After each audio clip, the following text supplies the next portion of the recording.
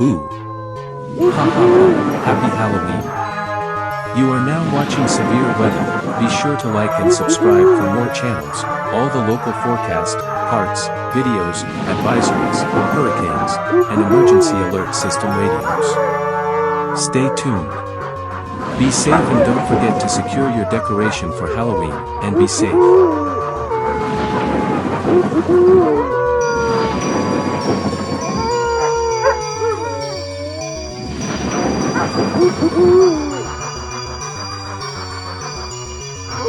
Happy Halloween. Boo.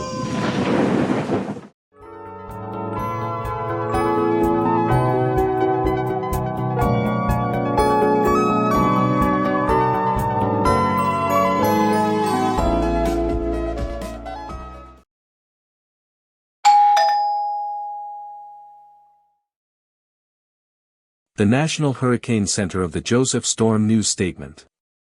The location for South Carolina, Georgia, and Florida, the event of excessive rainfall, and the National Weather Service will also be events of tornadoes severe weather. Attention! The Bermuda is now take a evaluation likely. Humberto will move at north. And major hurricane is category 4 to 5 and hurricane force wind at 155 miles per hour, gust at 210 miles per hour. Lastly, the Narda will decrease to post-tropical cyclone. Please subscribe to Joseph Storm News, and turn all to notifications. Take action, be careful, and be cautious. Visit https://www.nhc.noaa.gov. There is an also for Tropical Depression 9, and will name soon as possible. Stay tuned. About these storms is that one big thing we're looking at is really how much rain we're going to get. During the press conference, the biggest thing that from the National Weather Service in the Columbia office, John Quagliarello, indicated we're going to see rain. Now, the overall scope of how much rain, that's still yet to be determined as far as a really specific amount. But nevertheless, we're looking at the possibility. Now, this is an outlook. This is not a guarantee, but we're looking at a good portion of the state. So if you draw it from I-77 all the way through the capital city, and then just draw that line straight down over into Hampton County, everybody along and east of that is under a slight risk for Monday for heavy rainfall or excess rainfall. So there's a higher probability that we may have rainfall from thunderstorms that may cause some minor flooding on the roadways. West of that, pretty much the rest of South Carolina, except a little itty bitty part as you get into Oconee County, the marginal risk is there is a chance that we have brief but heavy rainfall that might lead to some minor flooding. But the problem is this, that's Monday. Tuesday, almost the same setup, maybe a couple more counties west of I-77 into the Midlands and even into areas of the CSRA and the PED, now under slight. Just about everybody else is still marginal. So now we have back-to-back days where we have a risk for heavy rainfall. Well, keep in mind, most of the state is under a drought, 64% of the state, and especially in a lot of these areas, it hasn't rained a lick in about 10 days or more. So the ground is very dry. And if you haven't watered it, well, the simple fact is that dry ground, no matter how much rain it pours on it, it's just going to flow. It's almost like being on concrete. It's not going to have time to absorb. So that could be the leading for flooding. But that's Tuesday. Now we go into Wednesday. Even though it's a marginal risk, it covers pretty much the state along into the south of I-20 all the way down to the coast. That time framing of whatever this is going to be, that's going to be the key factor. The overall scope, and this is from the Weather Prediction Center, that many areas in the upstate will probably see in the tune of upwards of the high end, 1.5, maybe 2 inches of rainfall. All of South Carolina along I-20 south, before you get to I-95, could have anywhere from 2 to pushing 4 inches of rainfall. And then along I-95, eastern PD, eastern, southeastern Midlands, Low Country and Grand Strand could get anywhere from 4 to 6 inches and especially along the coast of the Grand Strand, 6 to 8 inches are possible. In some models, as John Quagliarella mentioned, we could see possibly even up to a foot of rain. Again, all dependent on the track. As far as the tropical storm winds, of course, it's going to first be a tropical storm and projected from tropical storm to a Category 1 hurricane. But the chance of the tropical storm winds as of right now is still low. The highest probability is going to be right in the areas of the, right along the coastline of South Carolina. So basically, the entire coastline until you get to Highway 17. Into the Midlands, it's even a lower chance. So we're not looking at a very big, impactful wind event. Still, we're looking at the possibility of a rain event. Hurricane force winds. Again, it is forecasted to be a Category 1 hurricane by Monday.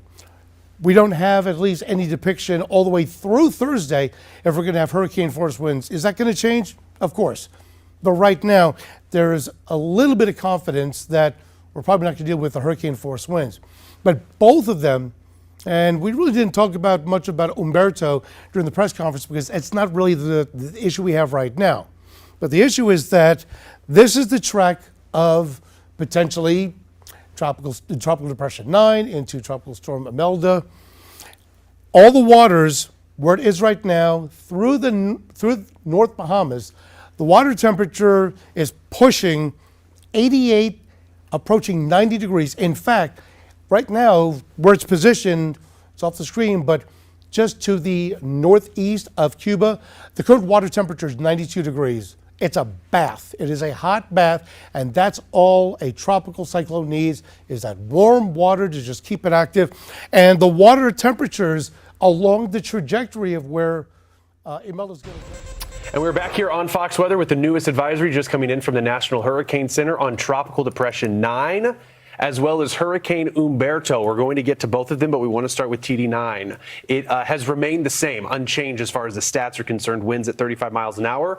And with me saying TD9, it has yet to receive that name designation, which the next name on the list is Imelda. But what we've been watching, that remains the case this evening as slow organization is occurring. Now, there have been some key changes, I guess, Jane, with the cone, which we'll get to in a little bit. But from an organization standpoint, still some slow organization, but hurricane hunters, as we've heard from Brian Norcross, we had Andy Hazelton on, not really able to find those strong winds and a strong enough area to say, yeah, this is a tropical storm. I would say, too, on the west side. Right. We've been following the data that's been coming in. It seems like things are very light on the west side. Present, but is it enough to say, okay, we've got this? And so we'll be watching. We do have a circulation, no changes to our advisory. So we do have tropical storm warnings up across the Bahamas, that tropical storm watch still in place across the central east coast of Florida for impacts that are probably going to arrive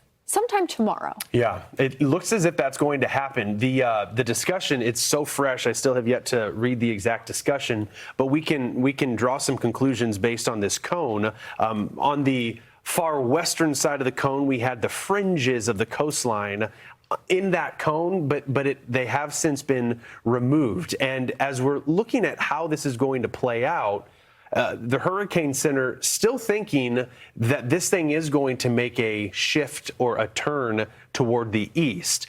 And as far as a landfall, while that can't be completely ruled out yet, it seems as if confidence is increasing that we will get this storm to turn east. It's still remarkable to watch how close it could very well come to the coastline, just off the coast of Savannah near Charleston, South Carolina. By Tuesday night, we could have a hurricane. The intensity remaining largely unchanged, which I guess is no surprise, but there certainly could be changes since. But that chance is equal when we look at how the cone is. So it could be very close still, or it could still be the center of it far away. I'm just reading the discussion. I have it up. So NHC explicitly noting the asymmetric system. And I think that also just speaks to when we look at a cone like this, it's a reminder that impacts are still going to happen outside of this. It's not a perfect symmetrical storm that's going to fit right within the red shading. So tropical moisture coastal flooding, rain, all of that is still certainly going to be a feature as we go into the start of this week. But to your point on that cone and the trend that we've seen to this pulling away, and this is something that Brian Norcross, our hurricane specialist, has been saying all day long. He's been mentioning the trough in the North Atlantic.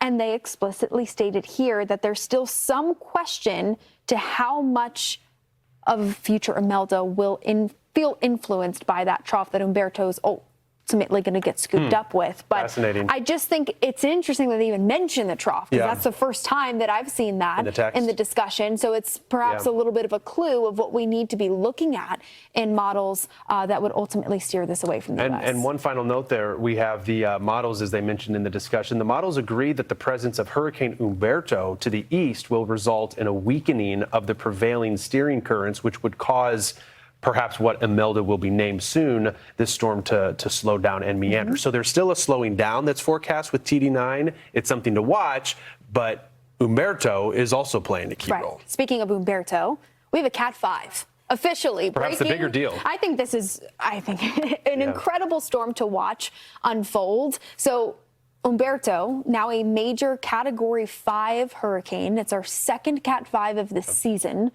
as it has been rapidly intensifying over the course of the last several days. Winds are up at 160 miles an hour. I think we need the if we can, max 2. Right? I've got Umberto up on my graphics here. Slow movement, west-northwest at 10. Pressure's down to 925. And when you look at the structure of this storm, I mean, it's as textbook as it becomes. Yeah, it's a wild storm. To see it achieve that, perhaps no surprise. I'm going to try to pull it up so we can see it from a broader perspective. The hurricane hunters, they've been flying into Umberto and watching how this thing has been able to just achieve a remarkable feat and get to the most powerful hurricane that we have, that the Atlantic Basin has so far featured this season. We did have Erin achieve Cat 5 status. It was a little stronger, but there it is, Jane. Well, a live look at Folly Beach, South Carolina. This is a real popular place in South Carolina. I believe it was named one of the nicest beaches in the United States a while back. And you can see why. It looks gorgeous, even with those cloudy, gloomy skies overhead. You've got the beautiful, fairly low surf right now, the palm trees in the foreground, and that nice sand leading out into the water. That sand is where we find our very own Mike Seidel. He's our Fox Weather storm specialist. He's probably covered so many of these storms, he's probably forgotten a third of them at this point by now. Mike, what are you seeing out? What's the vibe of the town? I always wonder, because I've done that before, where you go a day or two ahead of time when a storm is approaching, and I try to talk to people and kind of gauge if they're concerned and how much prep time that they need and what they have to do. What are you getting? What's the vibe of the town there in South Carolina? Well, last night, Nick, there was a lot of folks in town. I think more locals now than vacationers, because it is well after Labor Day. I was here on the 4th of July, and the town was packed, as you can imagine. But it was very busy last night. Friday night, restaurants were very busy. I had a nice dinner with some friends, had some mahi-mahi, and there's a lot of discussion about what's going on, because there's all this information now available on the internet and all the weather models. And, the story about two storms colliding and becoming a big storm. So it's all out there. But, here at Fox Weather, we try to cut through all that and get to the chase. And the bottom line is the trend is looking more positive for the coast, and certainly inland like western North Carolina, where at this point the rainfall totals will not be in the disaster category. In fact, right now it looks really, really good. And today is the 1-year anniversary of the impacts getting underway in Asheville. Landfall was August 26th, the evening of the 26th last year. But the locals are watching very closely and keeping an eye on every model run like we are, because there's so many questions to be answered. First, we got to get the depression and the storm. That'll happen today based on the satellite loop. And thankfully, we have the hurricane hunters going in and out of there consistently to get us the latest data.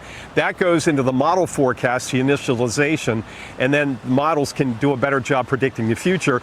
The other angle is that we have Umberto. This is unusual, not typical in the Atlantic Basin to have another hurricane assuming this becomes a hurricane or another tropical system that close. So that's going to impact the steering.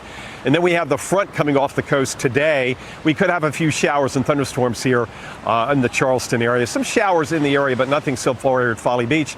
Want to show you yesterday. This is about 6 o'clock, sun going down, and look how wide the beach is. Boy, I talk about a wide beach. Plenty of beach here, even at high tide, and this was at low tide yesterday. So look how wide it is. We got the tidal pools, the kids love to play in. And now back live. Low tide was before sunrise. The next high tide coming in a little after noon today here at Folly Beach. And we've got about a dozen surfers out here on either side of the pier, and they're trying to catch something.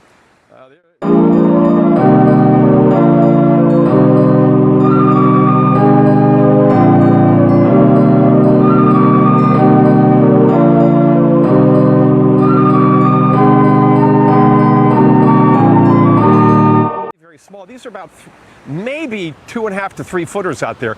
The wind is almost non-existent, basically calm or light from the north. So we have nothing at this point indicating any kind of tropical weather. You got to remember that the potential tropical cyclone, the future Imelda, is hundreds of miles away, down between Cuba and the Bahamas. So that's why this weather is from the cold front coming off the coast, and it's going to go stationary. So Nick, that's how it stands here, just watching and waiting each model run. The main impacts here will kick in Monday into Tuesday, maybe into Wednesday, based on how fast it moves, how long it stalls, and then how fast it moves out, assuming that comes up and hooks a right. The best scenario would be it coming up and taking a right very quickly. That doesn't seem to be the case because of the steering kind of collapsing as we get into the early part of the week. The major impacts here will be the heavy rainfall, upwards based on the current forecast of 5 to 8 inches along the coast, and then 3 to 5 back towards I-95, lighter amounts through Greenville and up towards Raleigh and up the I-85 corridor. We'll have wind, we'll certainly have rip currents, big surf, and the risk of beach erosion. They're all coming into play. As far as wind gusts right now, let's go with hurricane force, potentially hurricane force wind gust based on the current track and the current intensity forecast from the National Hurricane Center. And this is all subject to change. Yeah. So keep checking back with Fox Weather throughout the weekend. But today, tomorrow, even into Monday, not expecting anything significant right here on the South Carolina coast, outside of a few showers and thunderstorms. Real quick, you kind of alluded to it, but you said it's least likely for this to make a quick hook back out to sea. So do you think what's most likely in your mind? It'll stall or possibly move further inland? Well, the trend now with the models is it does not make a landfall, which is good, because that cuts down on the surge, because along into the north of the center you'd have a higher surge. So it stays off the coast, that cuts back on the surge. But if it stalls, then you have significant impacts with coastal flooding and beach erosion, because you have not only one high tide, but maybe 3 or 4 high tides where you have the water pushed up and eating away at these beaches. So a stalling storm means more rainfall and more coastal impacts from a surge and erosion perspective. You know, we've seen tropical depressions. I remember covering one in Mobile Bay years ago, and it was a tropical depression. It stalled out in Mobile Bay, and some areas had over 30 inches of rain. Yeah. So keep that in mind. And remember Florence. Back now almost 10 years ago in North Carolina. It landfalled, moving at about 1 to 2 miles an hour, and some of those areas had 20 to 30 inches of rain. We don't want to see that. Not at all. We want it to, maybe it stalls, but then it gets kicked out by the middle of next week. Yeah, tropical rain certainly adds up at a different pace. Here's to hoping this makes that quick right turn to the east and moves out to sea very swiftly. Fox Weather Storm Specialist Mike Seidel, thank you for that update, sir.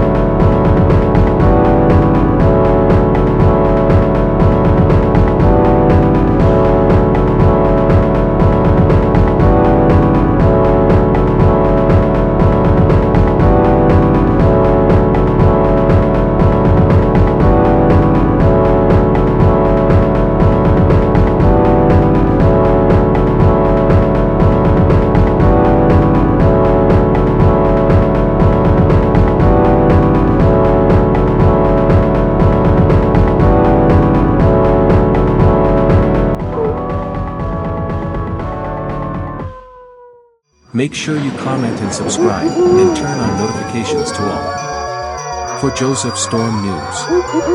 For all the Halloween forecasts. Oh, the video is over.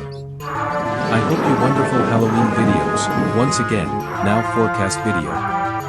Thanks for watching, and happy